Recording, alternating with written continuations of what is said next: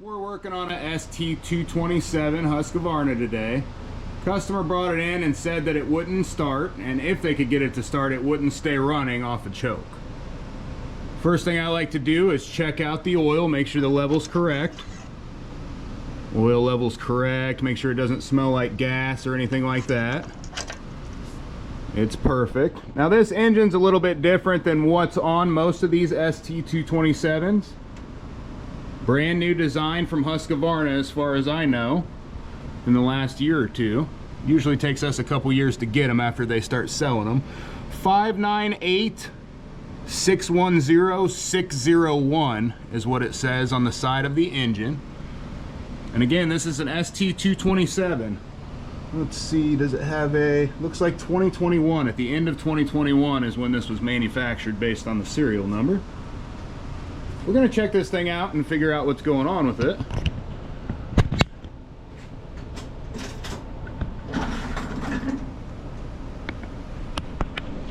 Now we check the oil, we know it's good.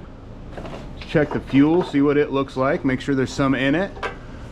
If it's been sitting for a while, a lot of times the fuel will go bad and it'll gum up the carburetor. It looks pretty clear. It looks like there may be a little bit of water down in the bottom here. Kind of hard to tell just from the top.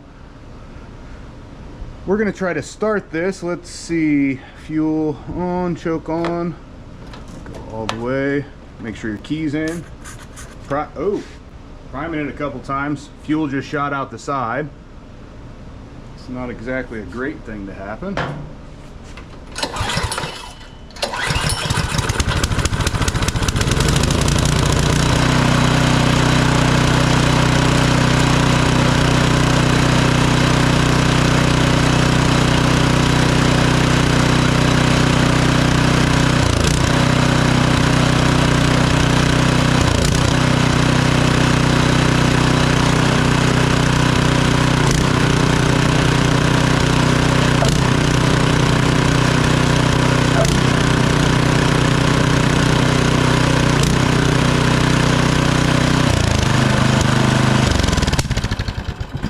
It actually seems like it's running pretty good to me. Wasn't really any surging. It stayed running fine off choke. Seems like somebody may have messed with the carburetor or something at this point is what it's looking like. At this point we know we have spark, obviously. If your unit did not start, the first thing you'll do is check the spark. You can put a spark checker on it, pull it over, see what it says. It says we're getting good spark, great. If you do not have a spark checker or an inline spark checker, you can take the boot off and take the plug out. That boot didn't want to come off at all. You want to pull by the metal to make sure you don't rip that out. Take the spark plug out. You're going to need a 13/16 or a 21 millimeter deep well socket or spark plug wrench. And you would just take that out and you'd hold the plug against the side. I usually just use a rag or something like that is what I used to use, just to double it up a few times, make sure you don't get shocked when you're turning it over. And then just hold it against the side. If you see spark in between the tip and the outside edge, you know you have spark. That's a nice visual way to do it. A lot of times you'll see a good spark there and it still won't start. At that point, you can assume that you're not getting any fuel. If you have carburetor cleaner or starting fluid or something like that around, we use gum out. You can spray it down the spark plug hole, put the spark plug back in, and you know you're getting spark at that point. Try to start it, see what happens. If it fires up and then dies right out, we know that the issue is the thing's not getting any fuel, or the fuel that it's getting is not flammable enough to run it. At this point, I don't think we have any major issues. It does look like this spark plug here is a torch spark plug that's in it. I replace them every time if it's a torch. We use a BPR 6ES NGK in these. We're gonna replace that.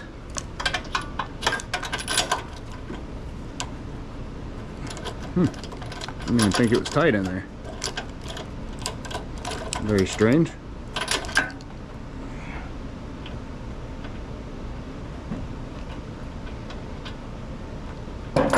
So I wonder if the customer messed with this before he brought it in, he did mention it may be a carb issue, I believe.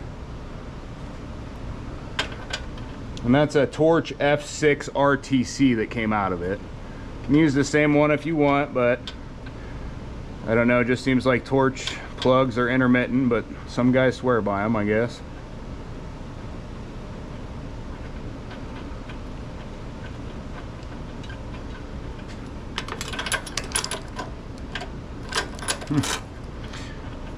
Seems like that spark plug wrench just does not want to sit down along that valve cover very well on this model, I think is what it was looking like. So it was kind of rubbing on it, making me feel like it wasn't coming out straight. I'm gonna leave that unplugged for now, doesn't really matter. To get this cover off and get to this carburetor, we need to take a few screws out. We're gonna do that at this point because the customer said that it would not stay running off a choke. It's got to be a carburetor issue because everything's starting and running good now. There's got to be some either water in the tank, bad gas in there, something, or something in the bottom of the bowl. You can easily clean this without removing all that. I'll show you how to do that in 1 second. If you did the fuel inside the spark plug hole, try to give it an auxiliary fuel source, and it still didn't start up, you know you have spark at that point. You know you have fuel at that point because you've given an auxiliary fuel.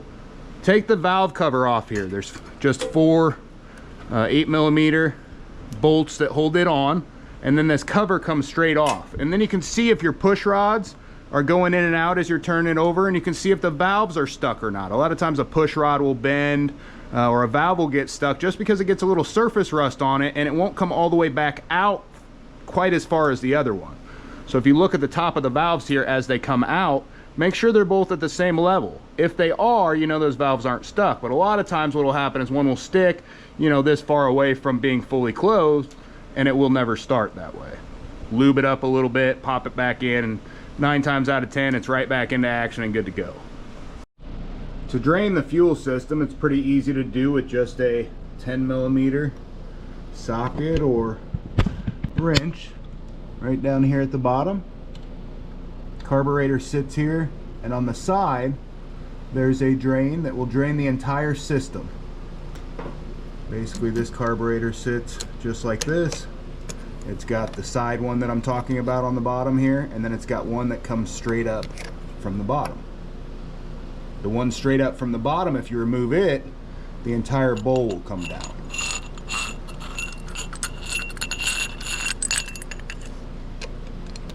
The main jet is straight up through here. That's what you'd want to poke out or blow through. If this jet is clogged, the snowblower will not run.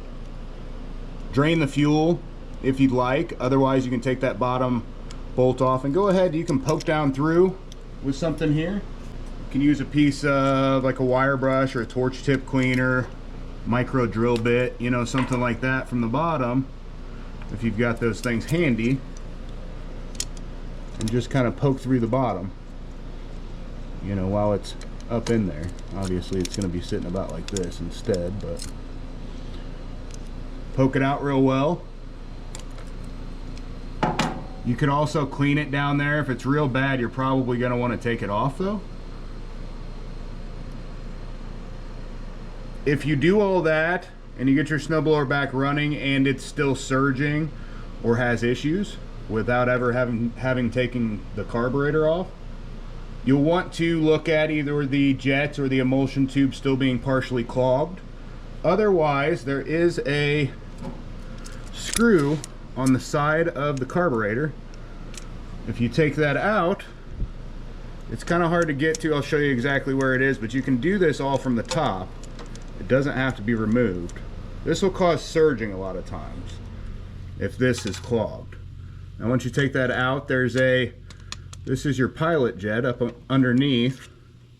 Usually a flathead screwdriver works a lot better than what I just did. If you take this out, the jet down through here has to be completely unplugged. You can use a, you know, like a piece from a wire brush, something like this to poke it out. But a lot of times if your unit's still surging and everything seems clean in the carburetor, it's just that pilot jet that's clogged. You should be able to poke a real small piece of wire brush down in there, and you should be able to see it through this other hole.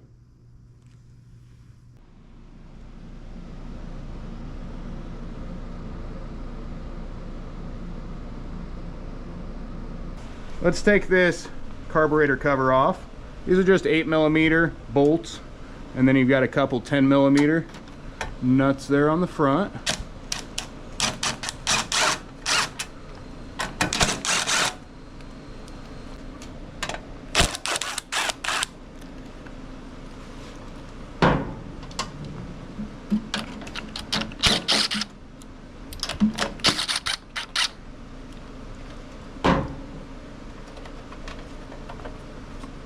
And then if we push these all kind of straight and out of the way,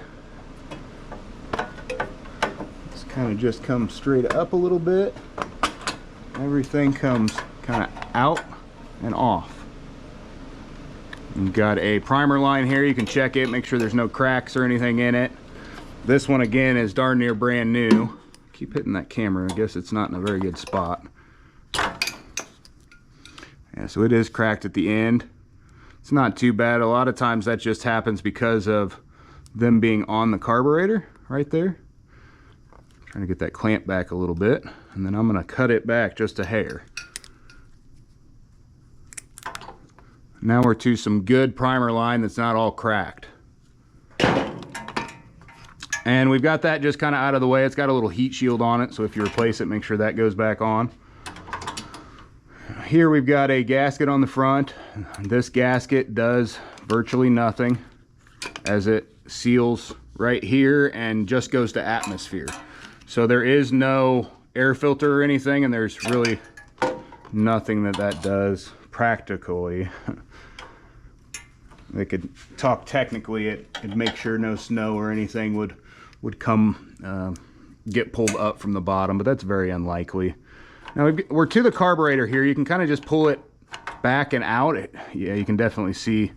I'll show you there in a second, maybe get a little bit closer, but we can see that the carburetor has definitely been messed with at some point.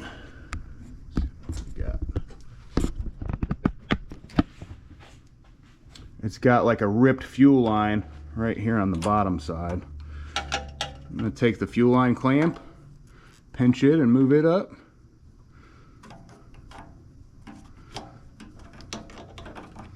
All the way off. Then I'm going to go underneath the fuel line and pry it up. But first I'm going to take it from the side and I'm going to twist it. I'm going to pry it straight off. And after I do that, I'm going to grab it into a bucket that I don't have handy, of course. Just using a 1/4 inch fuel shutoff. Put on this fuel line. It looks like the fuel line's all ripped up. Probably gonna have to replace that too, as it looks. You can pull the carburetor out at that point. You can take the spring and the governor rod or linkage off. They both come off just like such. I have to let that leak for 1 second while I get my spring off. Okay, so I just pulled the spring up and off. Now the carburetor just comes straight out. Nice and easy. You can see someone's messed with it. Bowl gaskets pinched right there. Trying to figure out how to best do this. I probably want to go ahead and just cut a piece of this off. Get a little further back. Get that.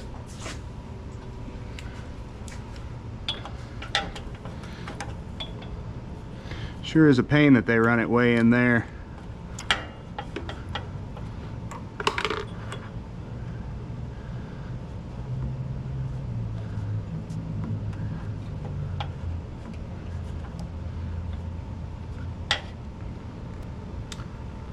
Draining the fuel now.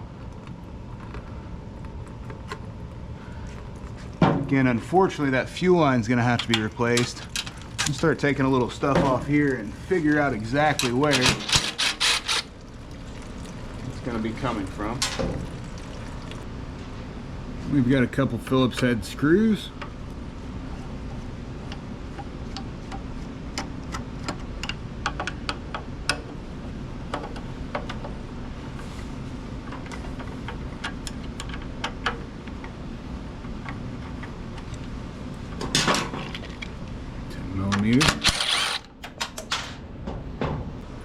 just that 10mm nut right on the front. Remove that plastic and see what we have. Yeah, so the fuel filter comes in from straight underneath and then kind of comes up and through. Now this thing is only 3 years old, or less than 3 years old, and the fuel line's already like this. I mean, even if the guy messed with it, it shouldn't split like that whatsoever. That should not happen with this little hours on it. That is poor quality at its best right there. Let me show you where we take the tank off at. There is an 8mm straight through here. And it goes all the way through to the tank. And then there's going to be 8mm right here.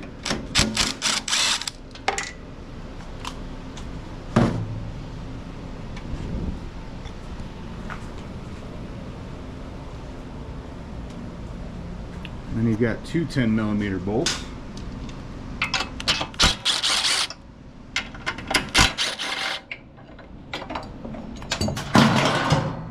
One way to get it off. Now you've got two 10mm nuts on the bottom that need to come off.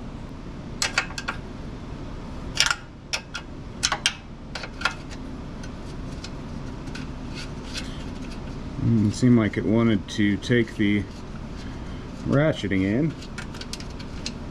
Make sure you don't drop these nuts right here. If you do, you get it right down in.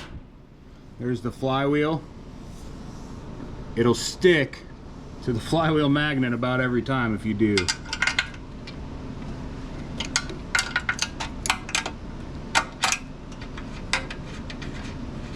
Seems to always find that right spot.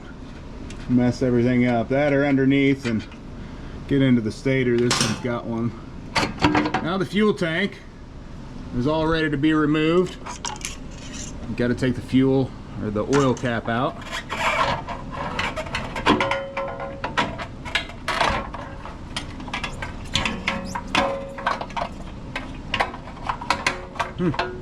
Doesn't look like that wants to come through the bottom side for some reason.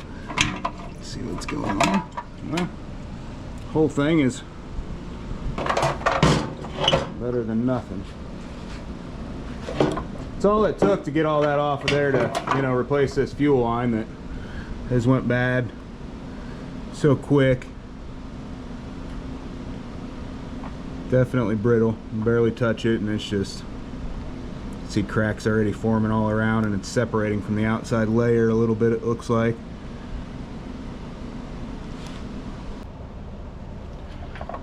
For the fuel tank, the oil fill still didn't want to come out, so it came from the bottom. There's two O-rings that seal it to the case when it goes back in, and then that one screw just goes through and it secures down.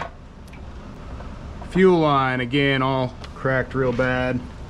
What we're going to replace this with is 3/16 inside diameter regular fuel line, like a braided. Again, to get these off, twist and then pry out. I want to make sure not to be too rough with this one because it is a plastic tip on it. I'll show you how to clean the fuel filter while we're right here also. 12mm.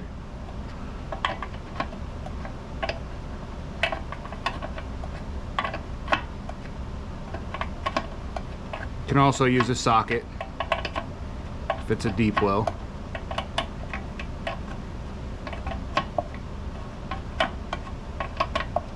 While I have this off, I'm going to blow out this tank real good with some air. We're going to clean this filter on the inside, make sure none of that, anything that was in the tank, gets back down in there.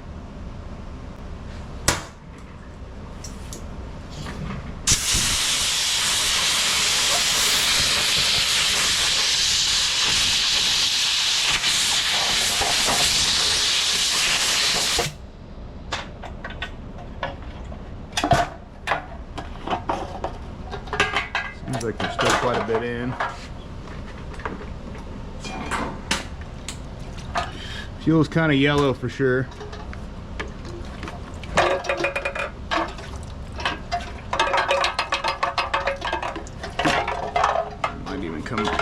through the bottom hole better. Sure does.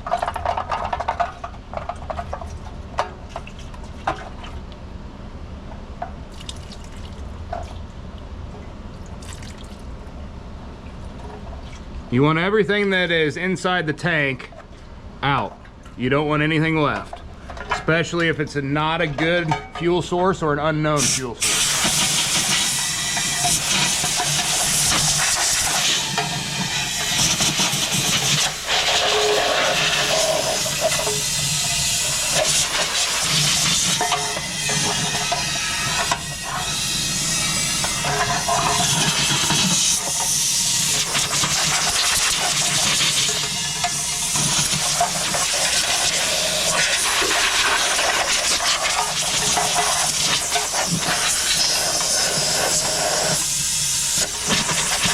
We'll let that dry out while we address the carburetor.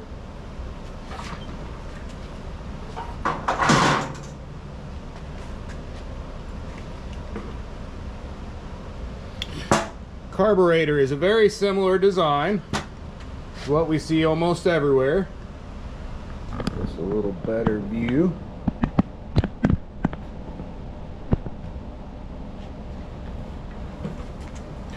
This carburetor says SP on it. Normally they're made by HUAYI, Huahi is what I call it. You can see he's had it off at some point. We'll take a 10mm bolt out of the bottom.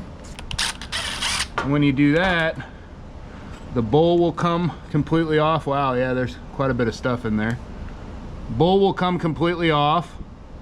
Looks like it's all almost kind of varnished up on the inside, maybe some ethanol gunk or something like that. And then a piece of black something or other. Well, now you've freed up the main jet.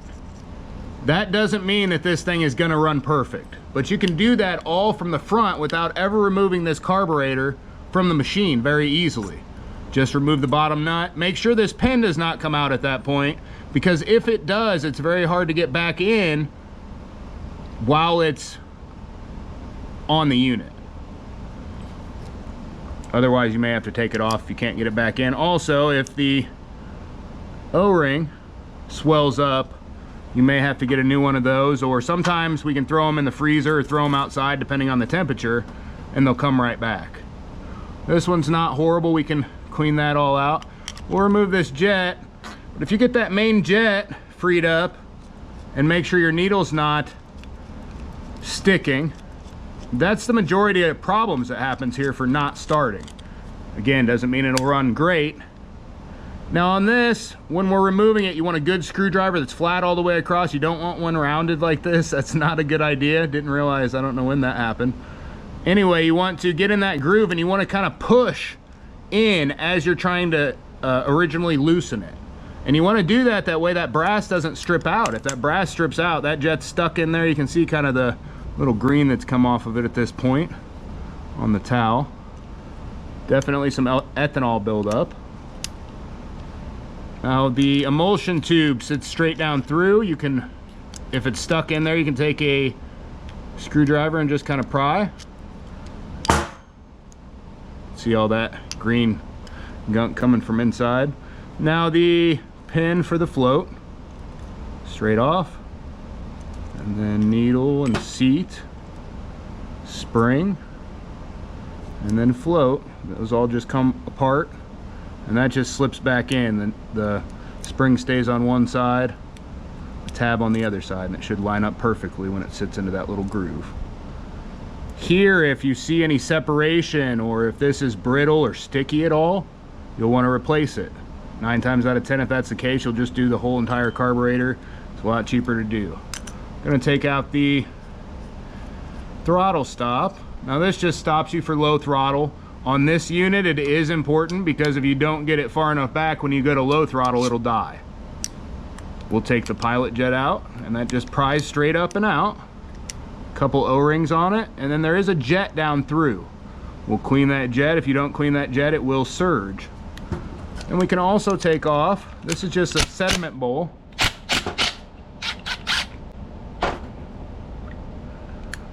sediment drops there, and then the fuel actually pulls off of the top. Looks like that O-ring's not in great shape either. And it's kind of real soft like the other one. Problem comes with stuff like this, if that's real soft and you take it off, now we don't know that that's going to seal. Now that we've got everything apart, it's ready for cleaning.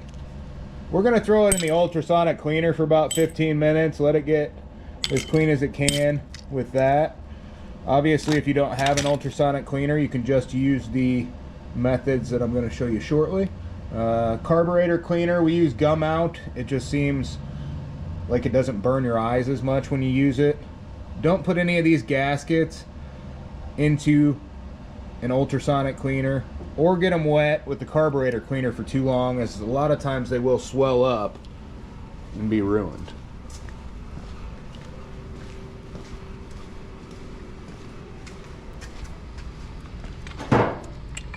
This ultrasonic cleaner, we just use a simple green and water solution,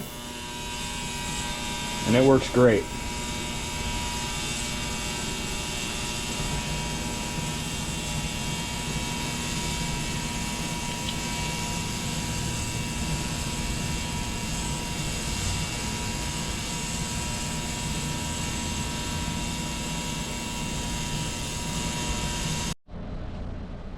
Carburetor went through the ultrasonic cleaner. Everything should be clean. I'm going to use gum out carb cleaner to rinse everything off. Blow down through all of the different jet areas in the front. Basically anywhere that has a hole.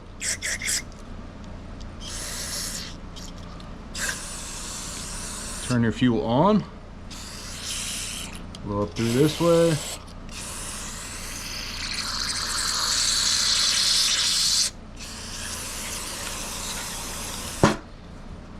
Take this back gasket off. We will end up replacing that. Yeah, that's in pretty bad shape. Looks like it's ready to just wipe off pretty good.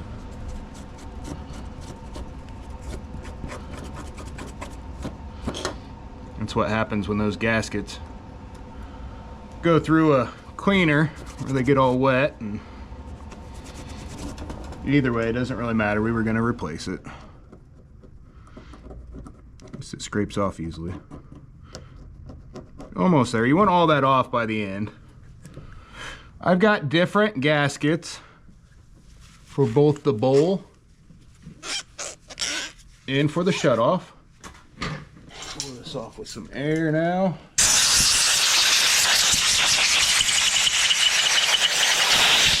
Kind of the same thing you want to do with the fuel tank after you use some cleaner in it, blow it all out. It'll dry the tank completely out.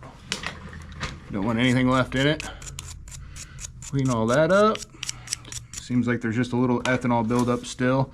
You can use a piece of a wire brush or something like that if you want to pull a loom out and clean down in the needle in the seat area, and then also clean the emulsion tube. Otherwise, you can use something like this, or you can use a torch tip cleaner set. I've got one handy here somewhere. I'll show you when we get to the emulsion tube.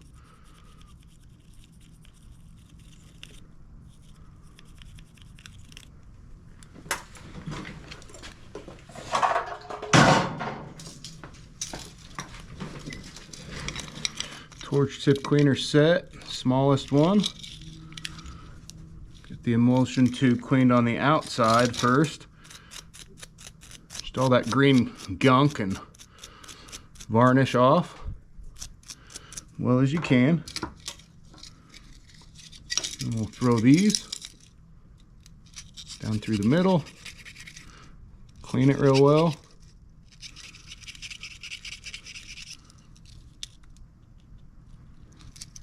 That one's not quite small enough to go all the way through those holes. I have to find another one here. Looks like it'll go through the tops but not the bottoms. Just going to use this to kind of poke down through, clean that all out. Instead, And I'm not going to get this carb cleaner on those gaskets. I'm going to spray like this, but we should be able to see a solid spray if you do that. Should come out of every single one of those holes. Hopefully that was visible from the angle we have it at. Emulsion tube goes thin part down if you've got it upside down. And then we've got the main jet. This is the most important jet, remember? Put that out of the way. Just gonna clean it up with this wire brush. Again, you can use pretty much anything for this. I've heard of people using Q-tips and anything else. Whatever you can use to get this off. You can use carburetor cleaner or anything else. I like to take these. If I pull a loom, it's a lot easier to get into the tiny little, get a couple of those right down in. Clean them out. Anything on this you want off, otherwise it will break down eventually, continue to grow.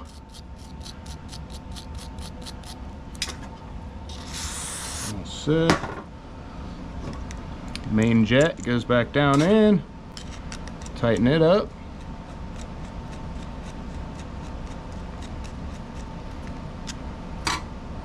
Just needs to be snug, doesn't need to be real tight. Get our bowl gasket on there real quick. Wants to sit pretty well. And normally do. And then our gasket for the shutoff, or for the yeah, it's for the shutoff, but it's more of like a petcock. I don't even know what to call it. It's basically a filter, a sediment filter bowl. I don't know why that lost me for a second.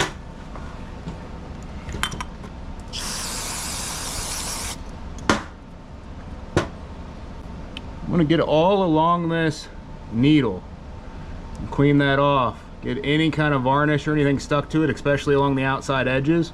I usually just use my fingernail and clean it. Again, make sure this is, you want a good tip there, and it should bounce back. It should feel like a good rubber. It shouldn't be brittle, shouldn't be separated from the base at all. If it is, replace it. Spring goes back on, and then it goes directly in. So that just slides on, and then that spring sits up in just like such.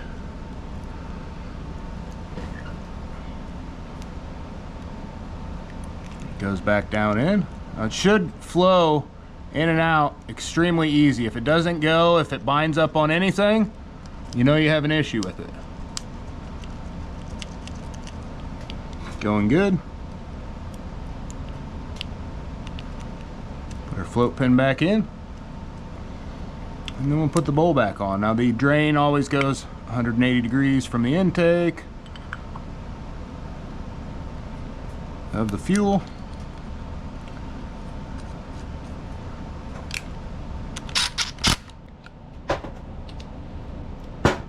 And then we've got our pilot jet. Now remember, it's got a tiny little hole straight down through the middle.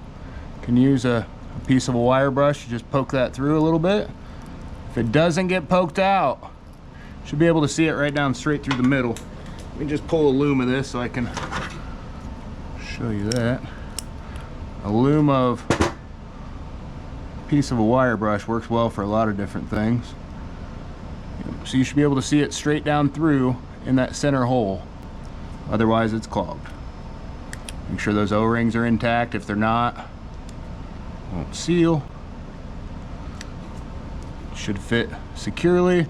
And then you've got your low idle return. And what we're going to do is we're going to go about between 1/4 and 3/8 out past, somewhere right in there. And then we can adjust it after we have it on if we need to from the left side that's got a little notch out of it. Carburetor's back on this. One thing I did want to point out about the carburetor real quick is that Honda carburetors for a GX 160 engine work perfectly for this. Now, I'm not going to say straight out of the box or anything like that, but they look very similar. They've got two different shutoffs. I actually installed this on here. The arms are a little bit different sizes, but you could take the other arm off of this one and put it onto that one, which would make it longer. And this carburetor would work and run this thing just fine. Now for the fuel shutoff, it's a little bit large here. It would need to be modified just slightly. But other than that, for all intents and purposes, that carburetor would work fine.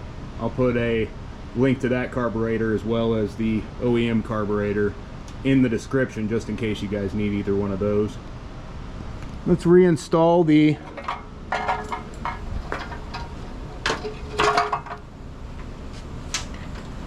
fuel filter real quick.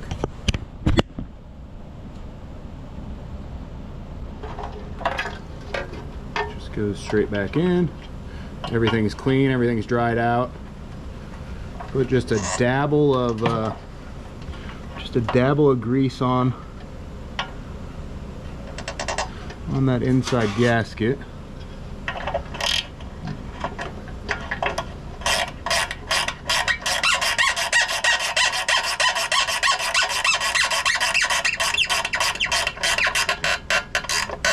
Don't over tighten it. Again, it is just plastic. And then we've got our 3/16 fuel line.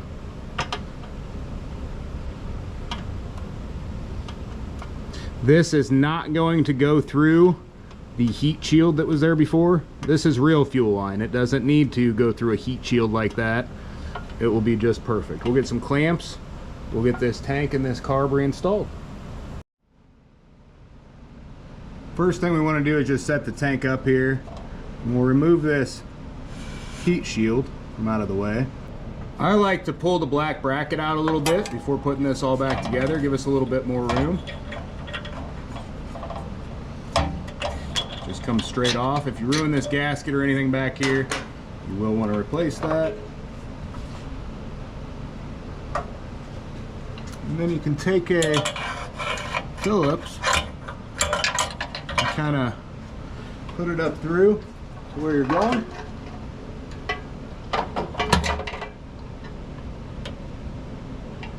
You should be able to see it from that other side exactly how it should go. I just use that Phillips to guide that exactly where it should be. And at the back we'll line up the two for the oil fill, and then we'll line up the two right here.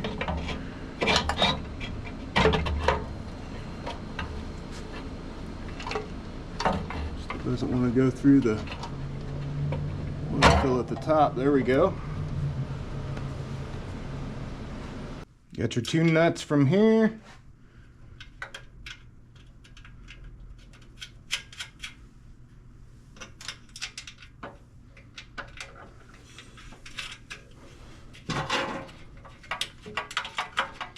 I'm not going to tighten those all the way up until I get that 1/8 millimeter that we took out from straight through over by the exhaust started. You'll want that little bit of leeway to move this up and down as we get that all lined up. Can't really see it right this second. It's kind of a tough one to line up. I'm going to take the screw out or the bolt out with a magnet. I'm going to move this tank to exactly where it should be, reinstall the bolt, and then get it tightened down. Got one in the front, and this is for the oil fill.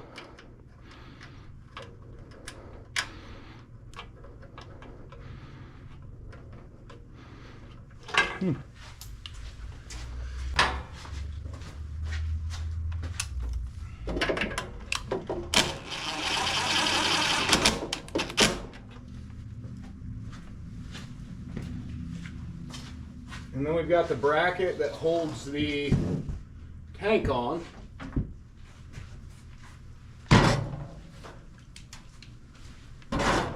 It's got those two 10mm bolts. This was definitely a lot more work than I was thinking it was going to be this morning, as far as the carburetor and everything went.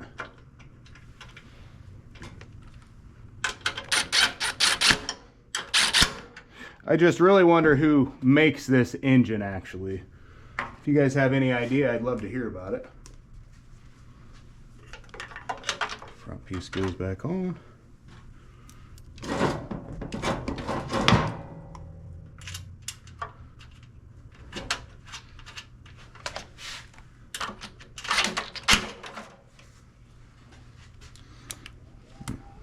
It's shorter than I thought.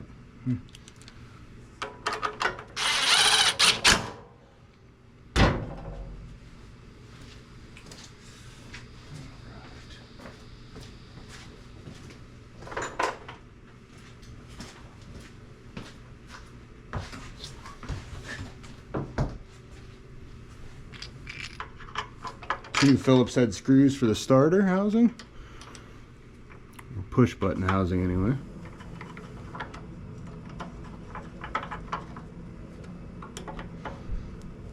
Put our dipstick back in. Let's put this carburetor back on. Here's the comparison to the one I was talking about earlier.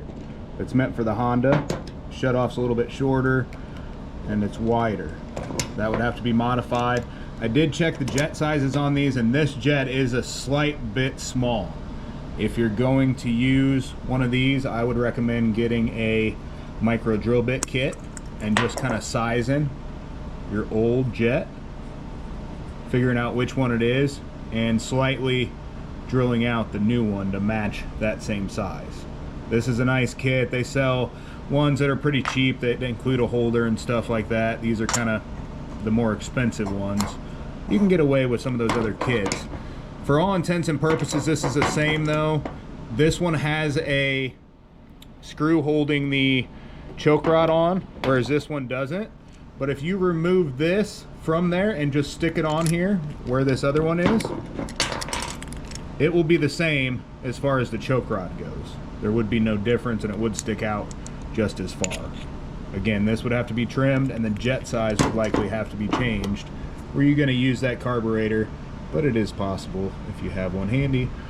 16221 ZH8-801, that's the gasket I'm going to replace for the intake as we put this carburetor back on.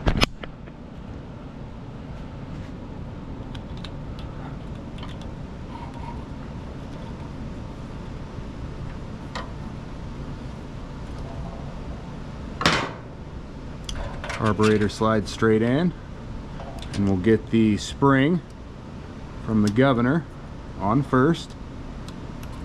Just pull it straight in, and as we go back we can line up the governor linkage and just pop it down as soon as you get to that right level.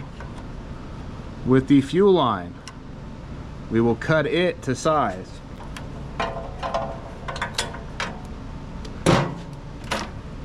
Okay. Pull it out, get it all lined up.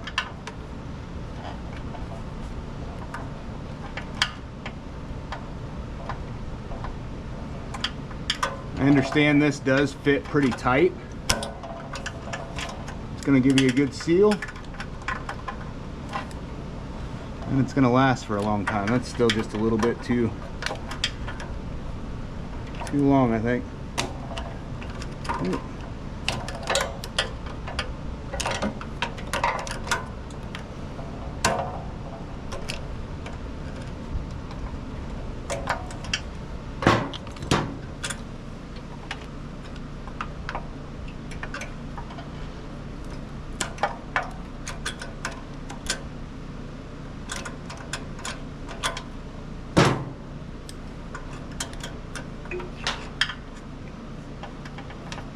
Not exactly a whole lot of room to work with on this one.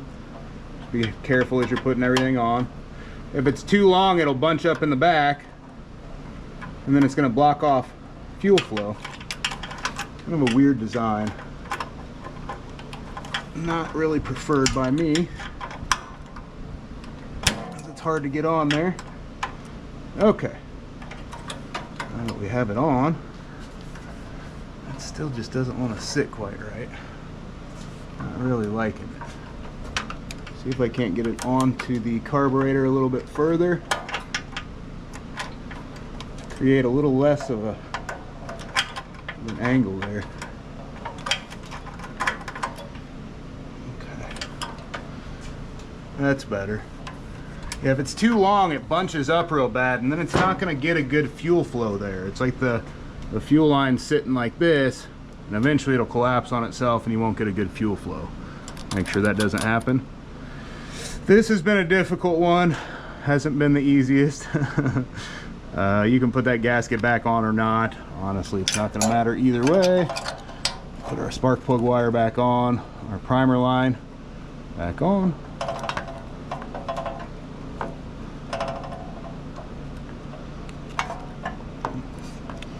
And put it over the keeper about right here and see if I can just, yep, force that on with the keeper. Everything comes up and kind of out of the way. Line all of our things up front. If you have them towards the front, it's a little bit easier. And it's going to angle from the top in. Line up everything here. Almost there. Let's see what we got. What we're doing.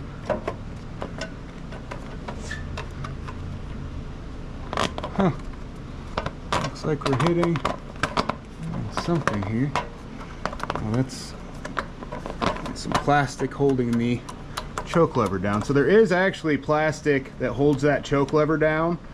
The other one doesn't have anything, a screw holding it on or anything. But if you put this one on there, there is a holder that'll keep that on. 2 10 millimeters.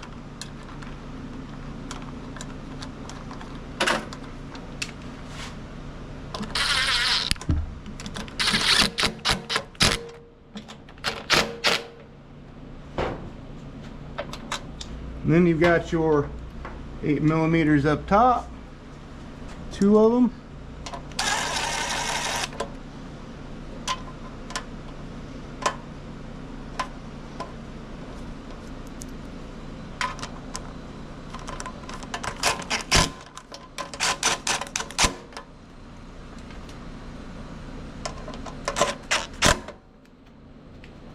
Let's get some gas in this thing, see what happens.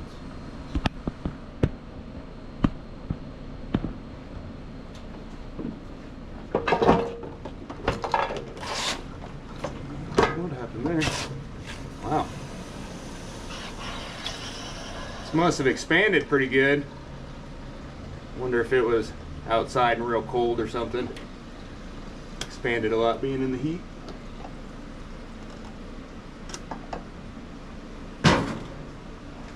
Plenty of fuel in it. Put that all down.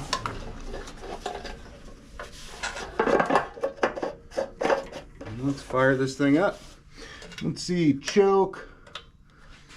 Let's go to full as far as the throttle goes. Prime it a couple times. I guess I should turn the fuel on first, huh? Fuel on. Key in, choke, prime it.